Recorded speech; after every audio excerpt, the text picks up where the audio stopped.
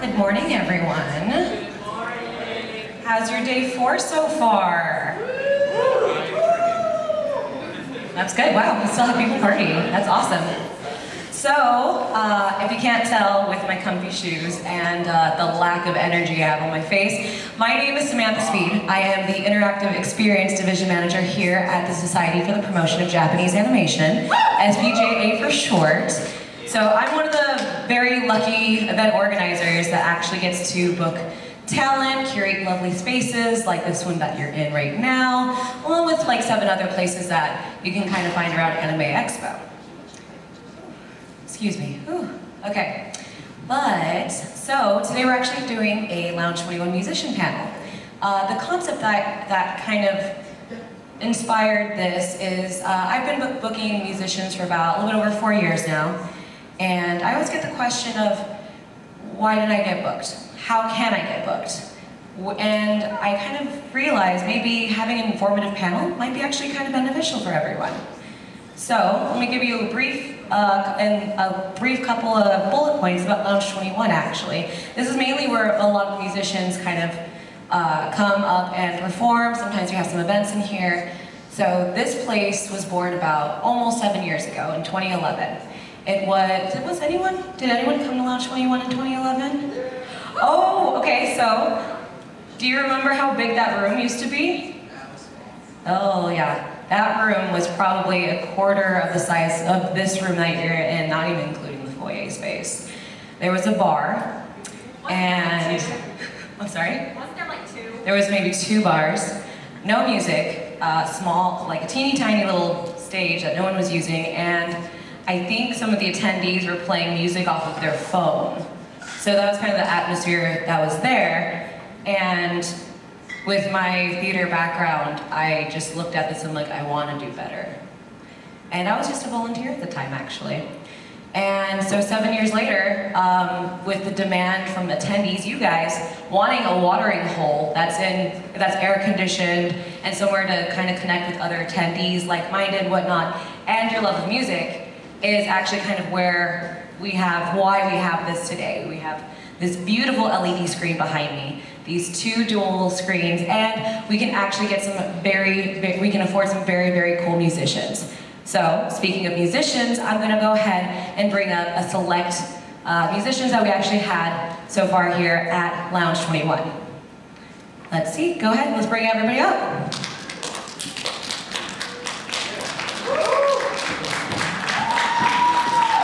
Thank you for the enthusiasm for day 4. Hi guys. Hi. Okay, thank you to like the 3 of you that said hi. Hi everyone! Hi. Hello. I know, everyone's like, it's day 4, screw you, shut up. Have you had enough coffee? Oh no, I have not had enough coffee. So, let me go ahead and introduce, we do have Minx Midnight to my left. She's with Midnight Shinigami. And to her other left, we do have Nico Saavedra from Super MadNES. We have the Sarah brothers, Brian and James from FaceTime Police. And last but not least, we do have Josh from None Like Josh. Yeah! Wonderful. You guys haven't had a beer yet. I definitely need a drink. Fantastic.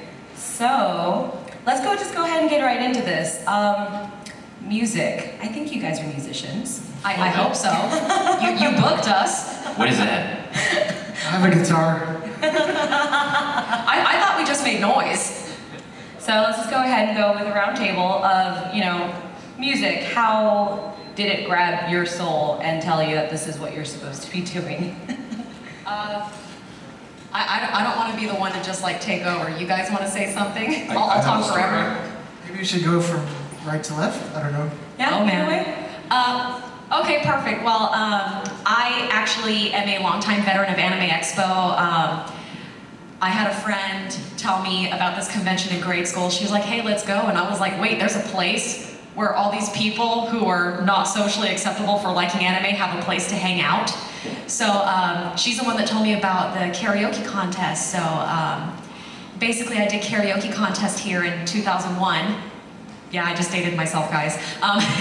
And from there, I went up to doing competitions like AX Idol, and then eventually we did Battle of the Bands. So that's basically how we got our start here. But just basically as a kid, I loved anime, I loved the music, and I was like, that's what I want to do. I want to be a singer in Japan. That didn't work out, so we just play here now. That was my Cliff Notes version. Please go ahead, Nico.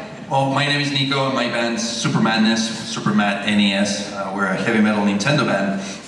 And this band's only been around for a little less than 2 years, actually. So we're the newbies here in this event. It's the first time we're performing, and we were here last night. But yes, to make a long story short, I mean, everybody in this band's been playing for a long time. Personally, I used to be a touring drummer live session drummer for a lot of bands in many different scenes, rock, pop, and dance music. And I quit music, and then I decided to do the one thing that I felt I had left, which was start a Nintendo band.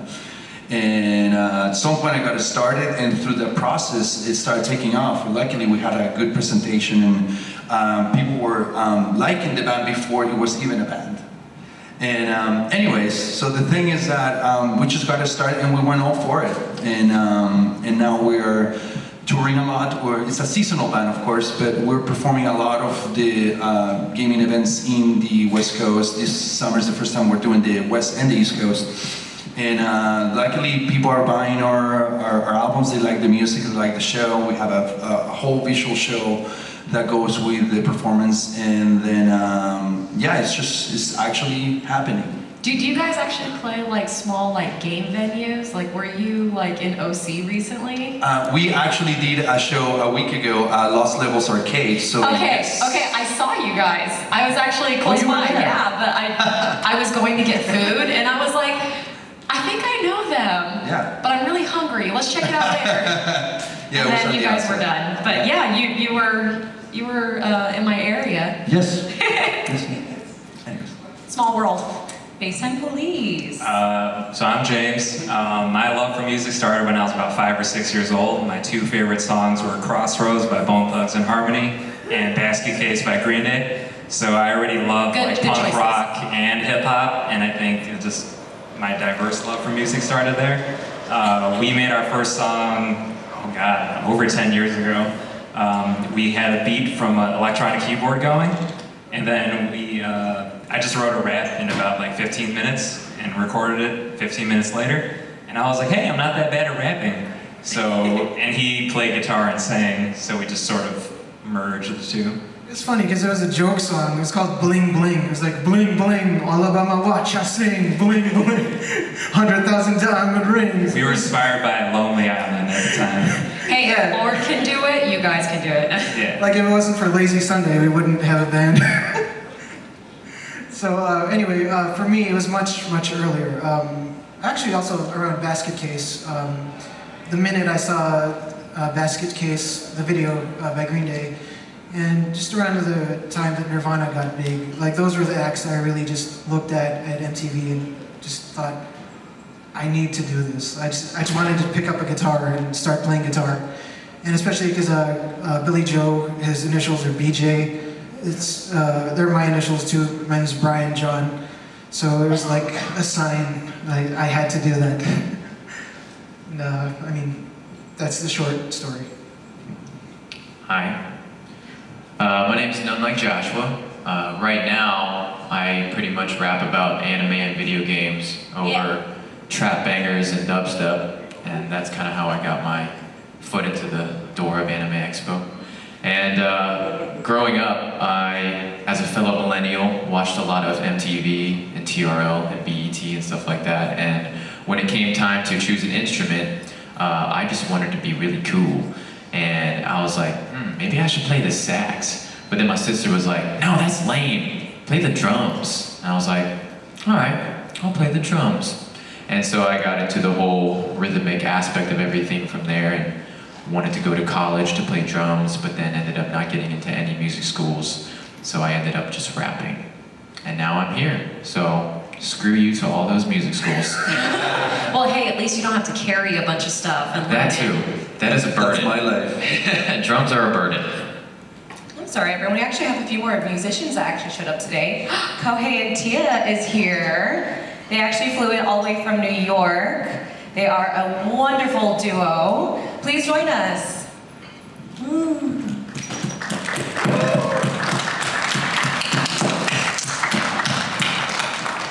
Ladies and gentlemen, TiA. Yeah, go ahead and take a seat. And then we have Kohei. Beautiful, beautiful.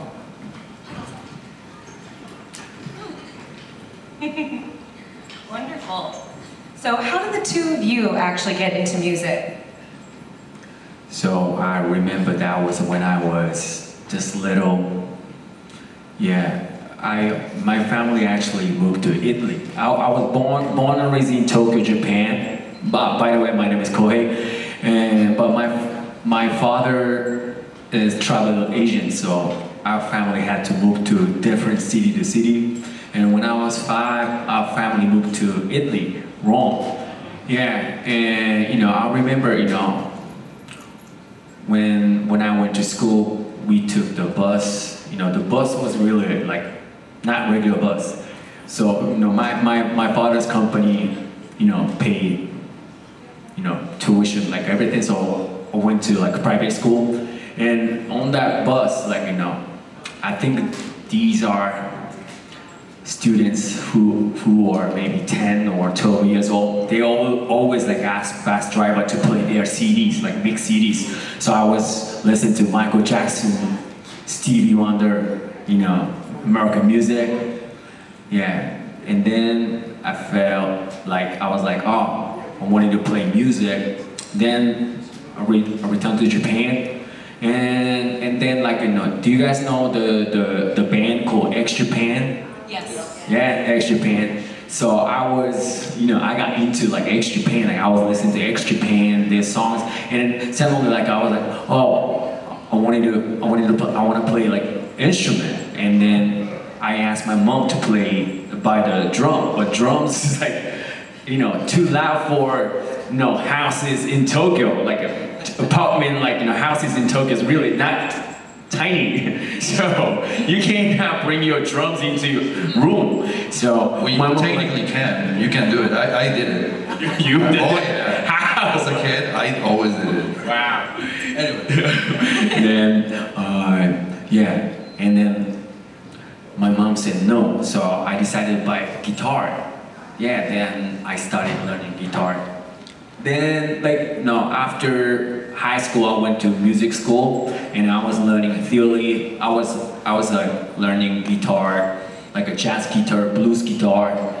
Yeah, like theory, like scale, like everything. But yeah, after I graduate, I was in the band, but I was kind of like wanting to be our main person or main act, and I always had a message. So as a guitarist, you can talk between song and song. So whenever we had a show, like I was talking to the audience, what's happening in Tokyo, like what's happening in our society. But one day, like my manager told me that, oh Kohei, your message like too strong or too serious.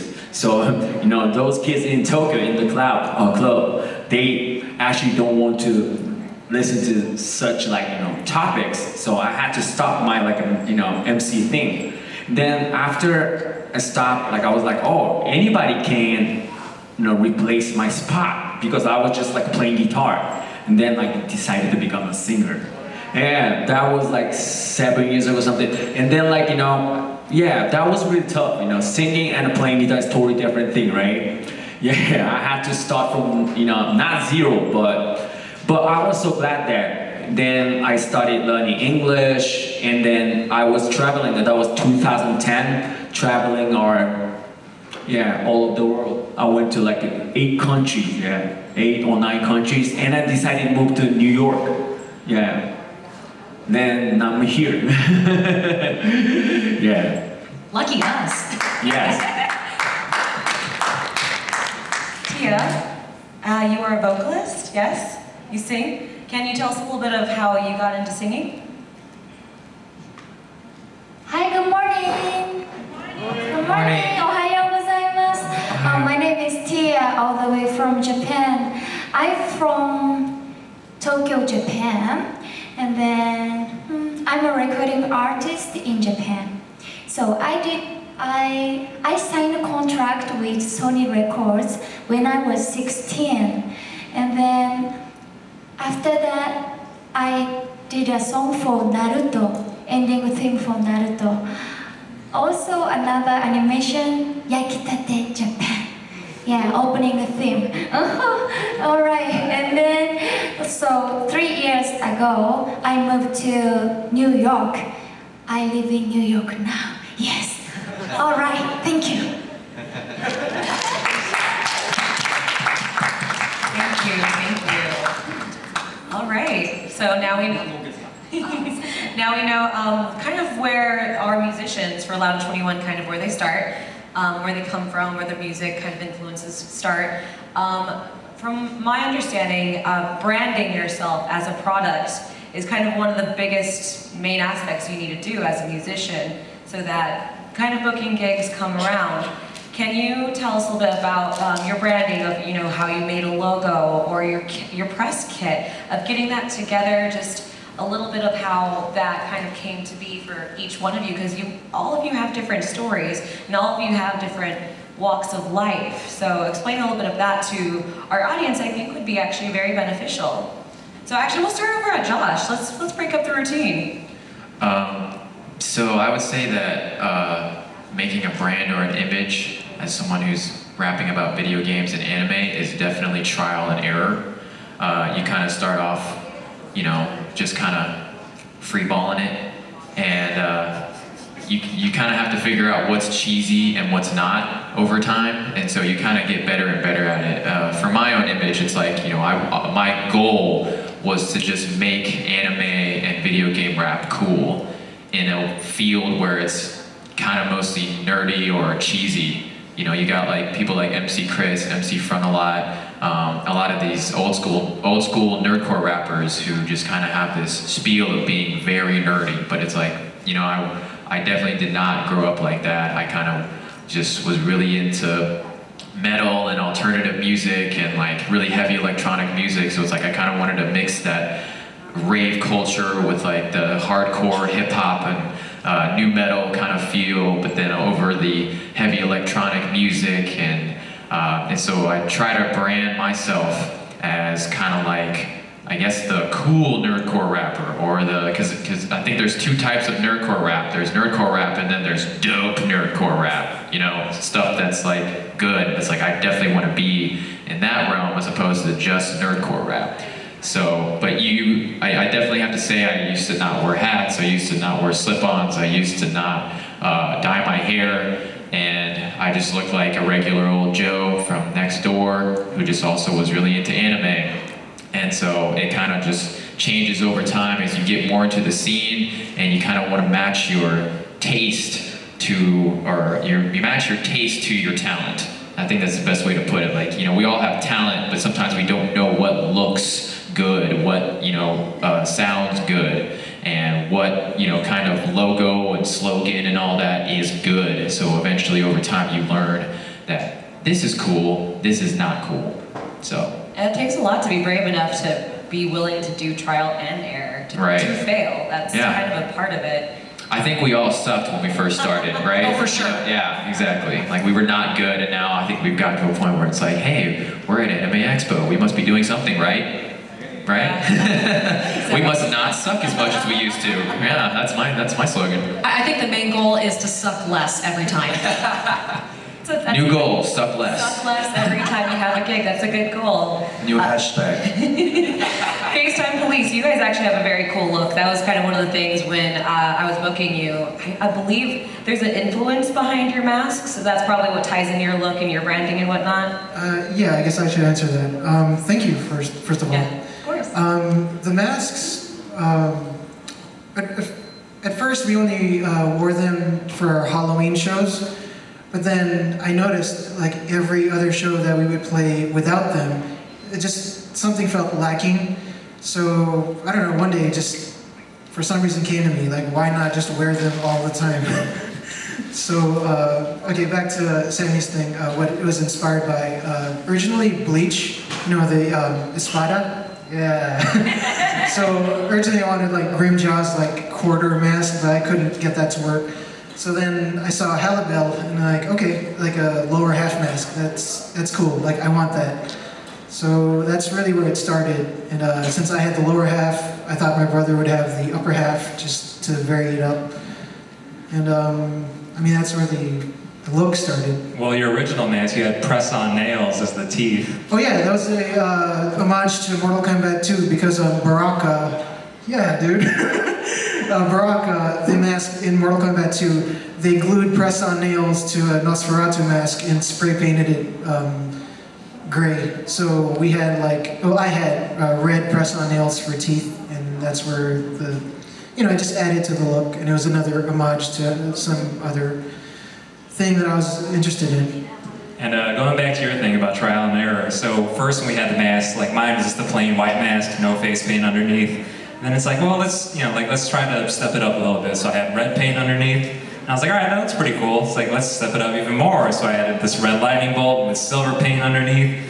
So it's still like a work in progress, still trying to find like that right look, that right combination. I just wanted to add, it's sort of like a homage to like David Bowie and Kratos at the same time.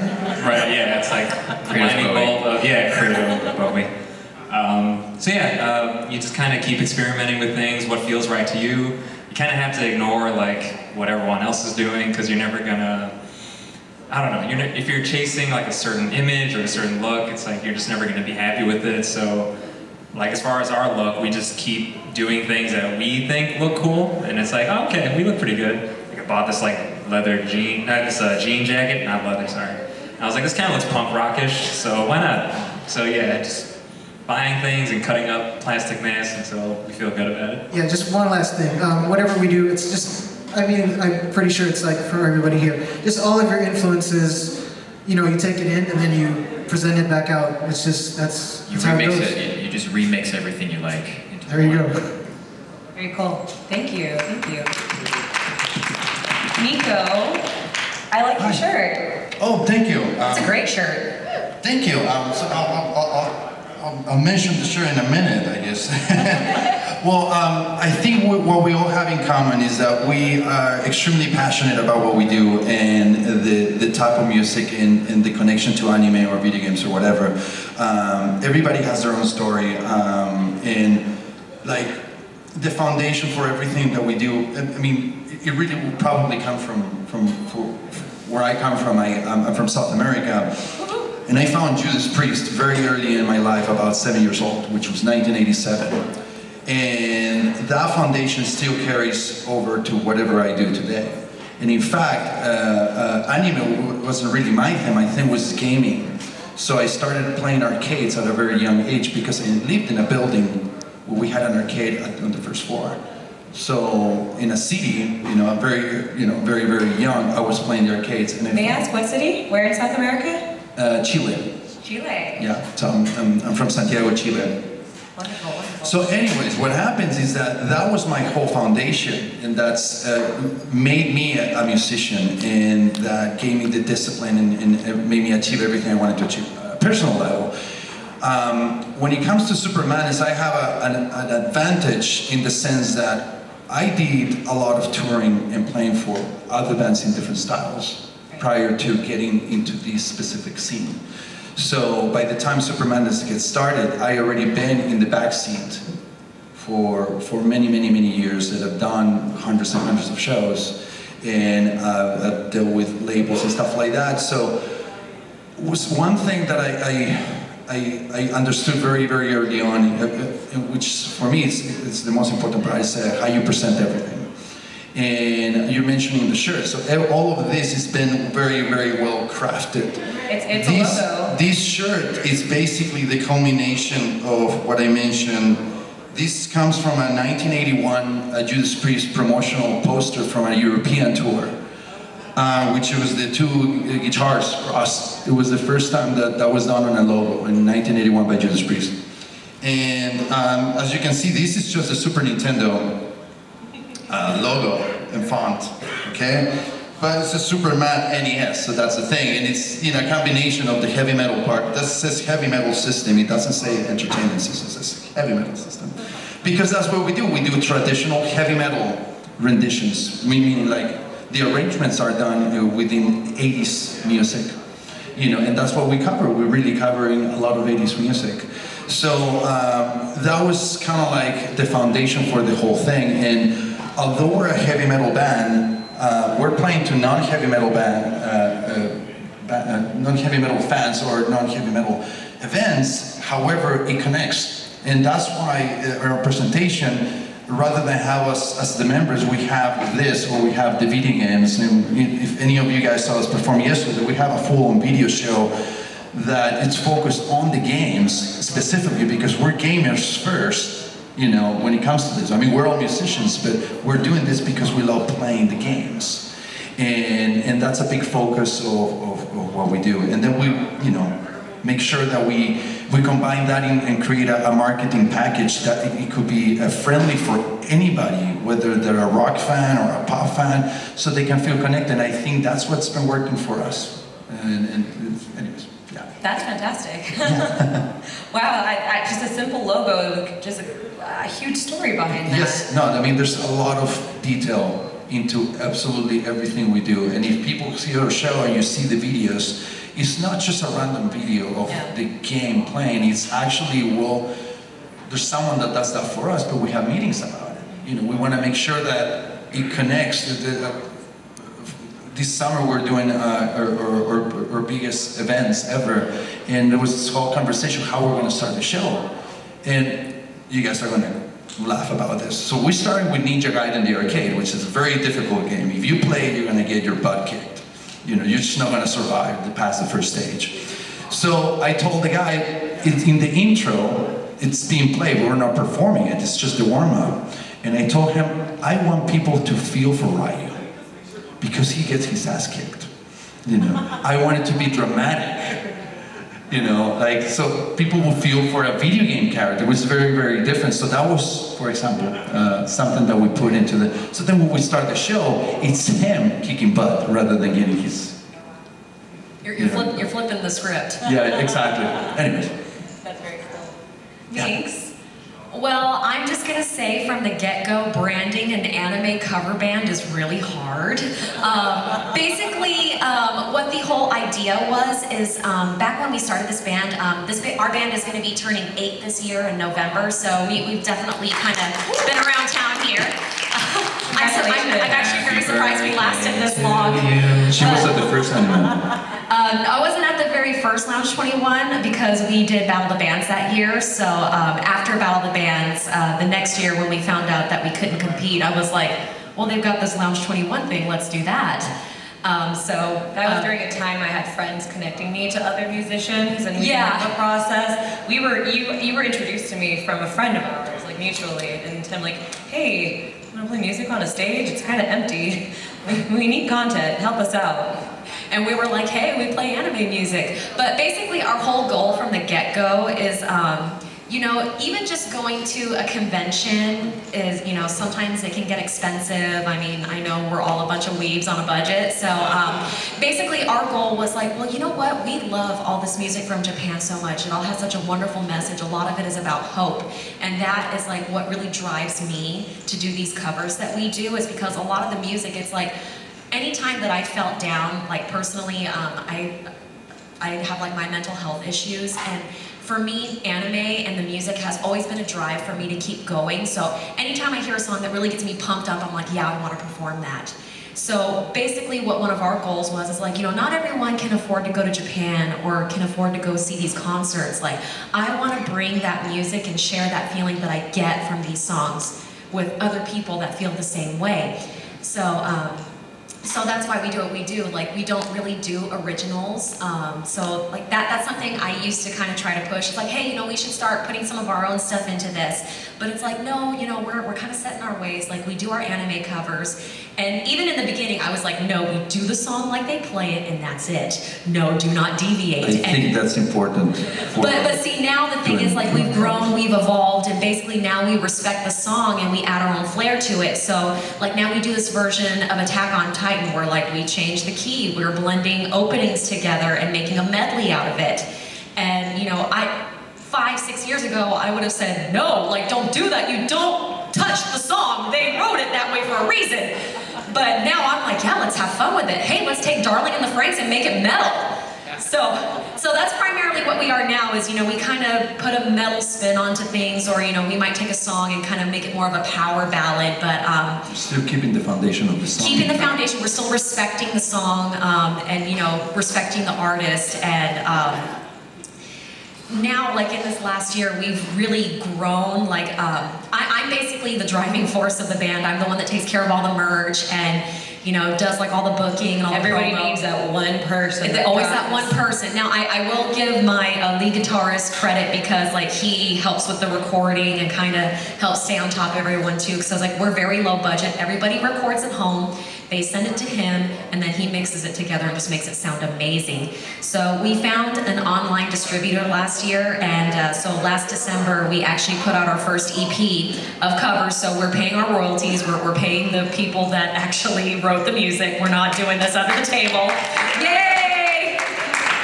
Even though we're starving musicians, you know, we put the credit where it's due. So, but yeah, we're on Spotify, we're on iTunes, we're doing Well, she all might be that. sitting right next to you, so it's Well, probably you know what? It's funny because you're doing rapping, and I was like, dude, I smell a collaboration, like it's in the air, which I think it would be fun because that's like another thing that I've been trying to do too is work with other musicians. So I'm also part of another band, which is an original band called The Way to Dark, and the lead singer is Japanese. So now that I'm in like my band and her band, we did like a fairy tale cover, and she raps and she screams, and so like we did Strike Back. But now the thing is like I want to collaborate with more artists because I mean, you know, like why not help each other? Like this is how conventions like this grew, because we all have such a mutual love for anime, everything from Japan. Like if we all have that same feeling, like why kind of like stay in just your area? Like let's all grow together, because this is how this became what it is. I started going to Anime Expo in like 98, 99. I remember when it was at the Anaheim Convention Center. And I literally watched it grow from this little convention to this monstrous thing that it is now, and it's amazing and I love it. I'm usually not one for crowds, but oh my God, like it's so worth it. Just to see a place where everybody has that mutual love for anime, like it's amazing. So I mean, as long as it keeps growing, I plan on to keep on doing this. So you guys are stuck with us. The community aspect at Anime Expo is just, it's fantastic. And that's a big thing that I always strive for is connecting musicians to each other, and you guys end up helping each other out. I think we had a band that flew in from Chicago. Yeah, Kid Yuki. Yeah, and he needed some help with some backline gear and whatnot, and so you guys actually came together to be able to help each other out and share equipment and whatnot. And that always makes my little music hippie heart just so happy, seeing just the cast that I book over the weekend just, you know, connect, meet, collab, just that is kind of what fulfills me personally. I know it's not a panel about me, it's a panel about these guys, but that's my 10 cents. But Kohei and TiA, you guys have such a classy duo look from New York. That was actually something that kind of attracted me to your application when you sent it in. Can you tell us a little bit about like how you formed your look and your branding, that direction that you're kind of set for? So, me and TiA, we've been actually performing for like 3.5 years. But 3 years ago, like, what we were doing is like more like R&B, like more hip hop R&B, and we were performing for like performing at American like festivals, like more like black music, like black art, African American people's like festival. But that was last year.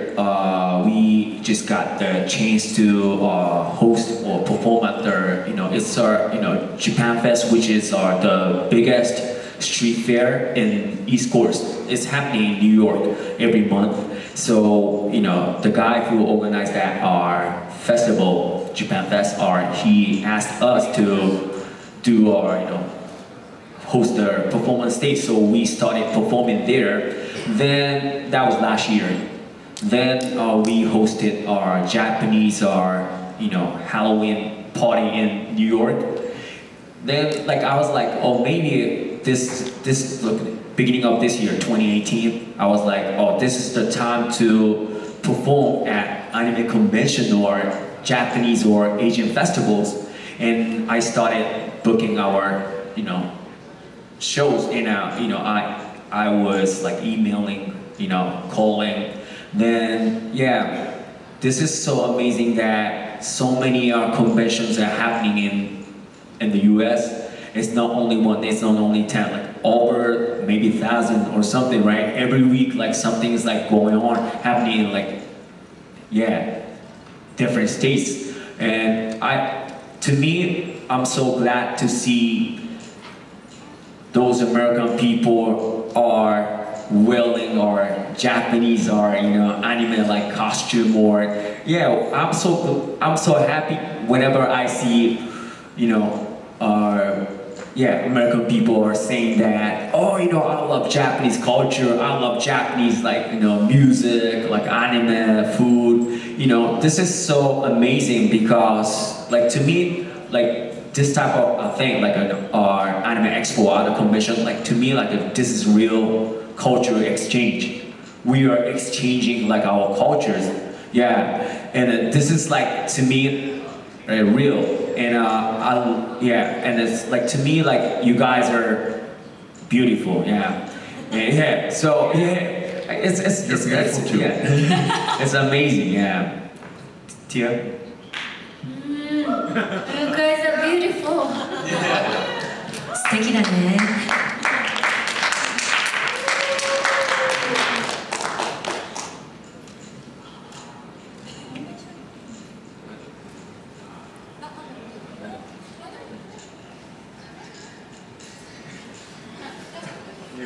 Okay, if she doesn't want to talk, don't force her to talk.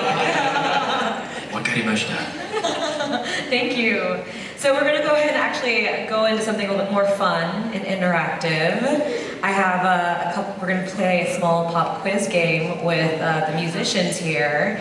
And the musicians, if, you guys should probably do a buzzword, be like, Buzz, I got it. So that's going to be yours, and whoever, buzzes in first gets to answer and see if that is correct or not.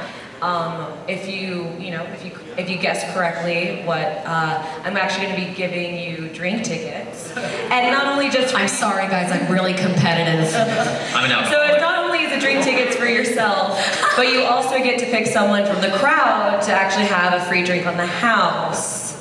So. All right. All right. So let's get into it. We have our first question. Let's go with something, I'm gonna do this a little bit on the harder side. So, can you name a Japanese video game music composer? Josh.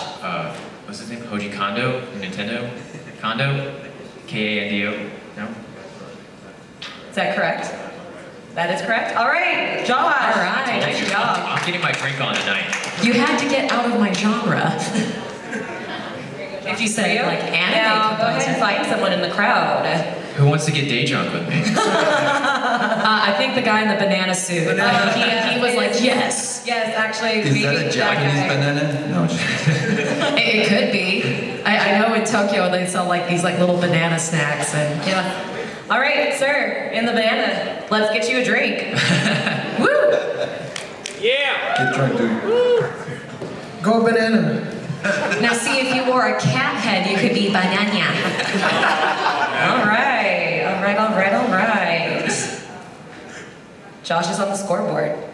All right, now we got a little history question. Oh, come on. Do you know which year the first song was denied for a Japanese anime that debuted on television? So we're talking about openings, anime openings, what year did that actually debut on broadcasted television? I know, it's a tough one. This one's even harder. Wait, what?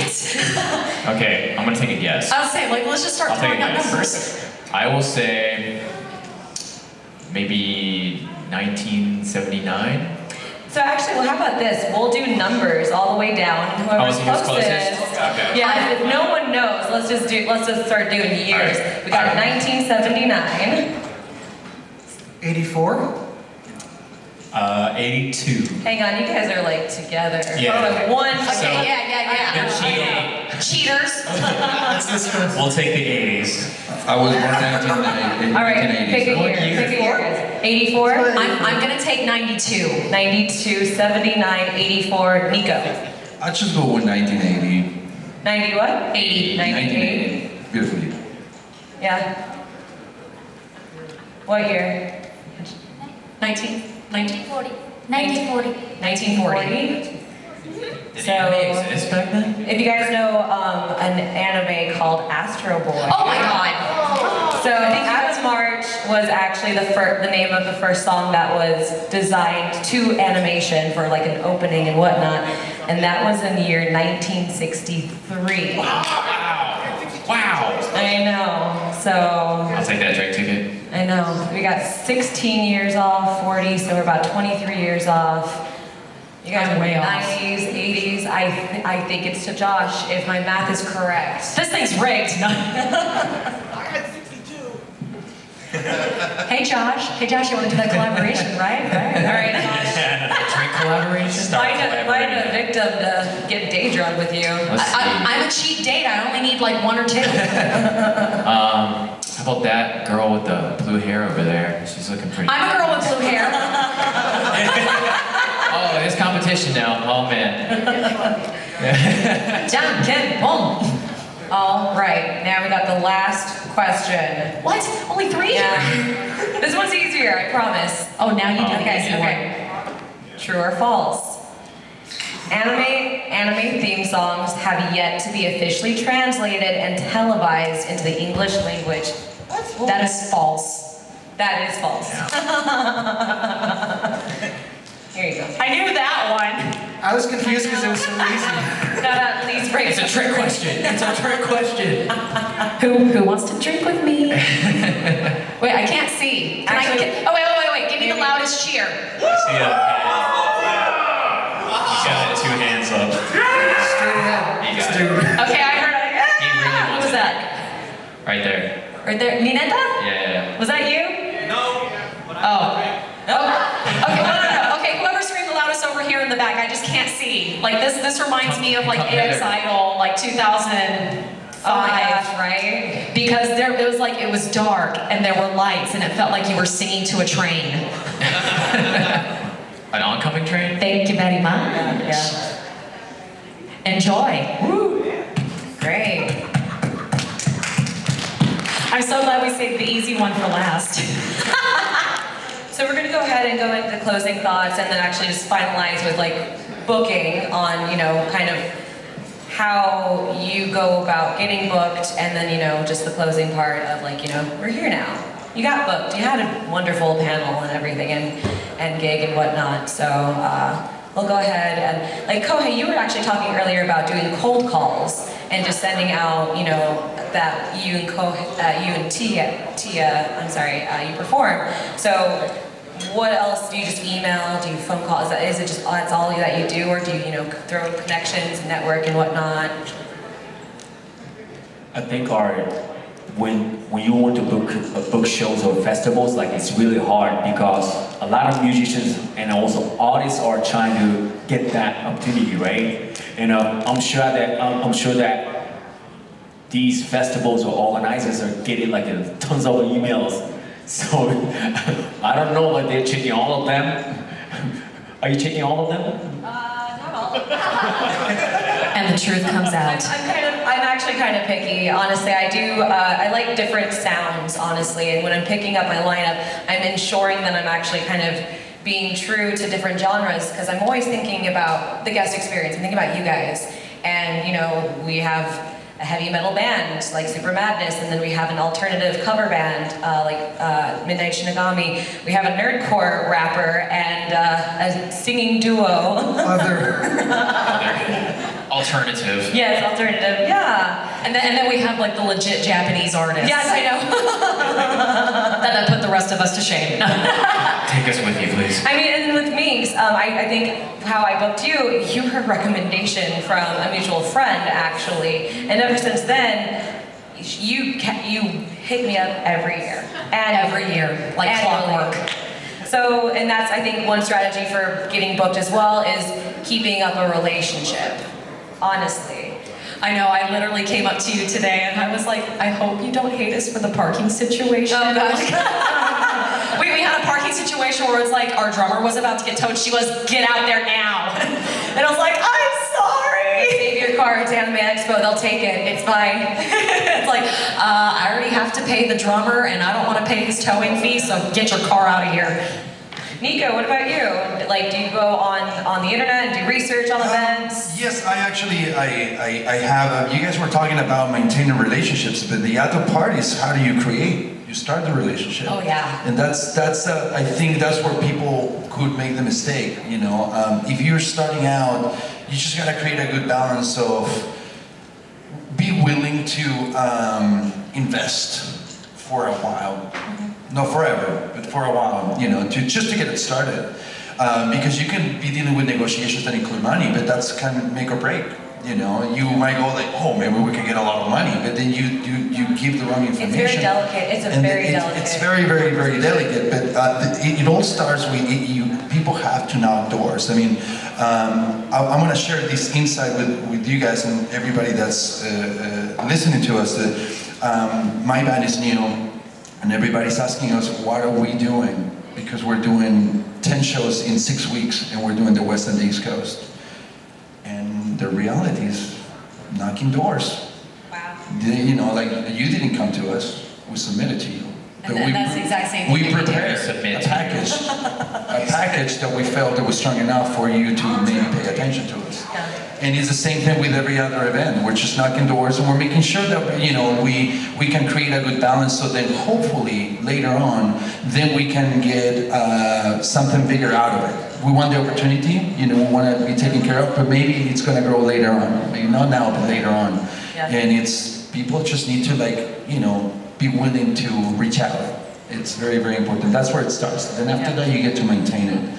Right, right. And actually, if I can add on to that, Please. because that's basically what we do. We don't wait for people to come to us, because if you wait for people to come to you, it's just not going to happen. Like, you have to be on it. So what I did this year, like this was a big push for us this year, even though we're such a niche market. I go online, I look for anime conventions like in our area, like, okay, what's going on in the next 6 months? And I literally, like, I'm going to their websites, I'm going to their Facebook pages and messaging them and saying like, hey, we're an anime cover band, we'd love to come play for you guys. Here's some videos, here's some recordings, here's links, you can listen to us. You know, let us know if that's something that you're interested in. Actually, serving the information to us, like, directly, it helps. It really, really does. Sometimes we do get a lot of emails, and I don't want to sound pretentious. I do get a lot of emails, and when it's a one-line email of, hey, I want to play for you. It's like, well, that's nice, but what? Cool. Next. It's like, cool. I don't know what you sound like. Can you help me out? Yeah, so like that's definitely my recommendation for anyone that wants to do this. Like, first off, just get up and do it. Like, if you want to do it, just make it happen. But, you know, like he said, don't be afraid to invest. You know, find someone, like, even if it's not the best quality, find someone that will film you playing. Find someone that will just make a recording. Just give them an example of what it is that you do, and that's where you're going to put you one step ahead of everybody else, because you don't want to be the person sending one-line emails or, you know, I've actually heard from someone else, it's like, oh yeah, like, I'll find out who's in charge and like I'll find their Facebook and send a message. Don't do that. Don't do that. Because coincidentally last year, We do like sometimes official emails. official emails are great because Business should be over email. last year, coincidentally, Sammy and I were somehow on the same flight to Japan. And I saw that's her. right. I saw her and I was like, hey, how are you doing? That was so funny and random. It was like just this huge coinkydink. I was like, Sammy, what are you doing here? And she was like, well, I'm going to Japan. And I was like, yeah, me too. So I'm going to segue really quick because I know a lot of us usually have to go hunting for gigs. Some of us do, and some of us did start hunting for gigs, but you sometimes get to that point where you need to find representation to actually go get gigs, and I'm sorry to single anyone out, but Josh, I've been talking to your booking manager. Wow, you have a booking manager? Yeah. So I've been talking to his booking manager, and so segueing into that is how do you know when it's time that you need someone else to represent you and actually go find your gigs? So I happen to just be blessed with getting to study music business at college. I studied at the Loyola University of New Orleans for music business, and one of my roommates, he was studying music law, and he was bored. So he said, "Can I just manage you?" And I said, "Sure." And we drew up a contract and all that, legalese stuff. And so he gets a commission off of what I make for each show. As long as he's working, he gets paid. And so he's already finished his bar exam and everything, so this is like a hobby for him pretty much. But thankfully, most of his work is just emailing. That's pretty much 95% of it. That's a lot of work as it is. I know. I'll be honest. It really is. Hey, Josh. Hey, what up?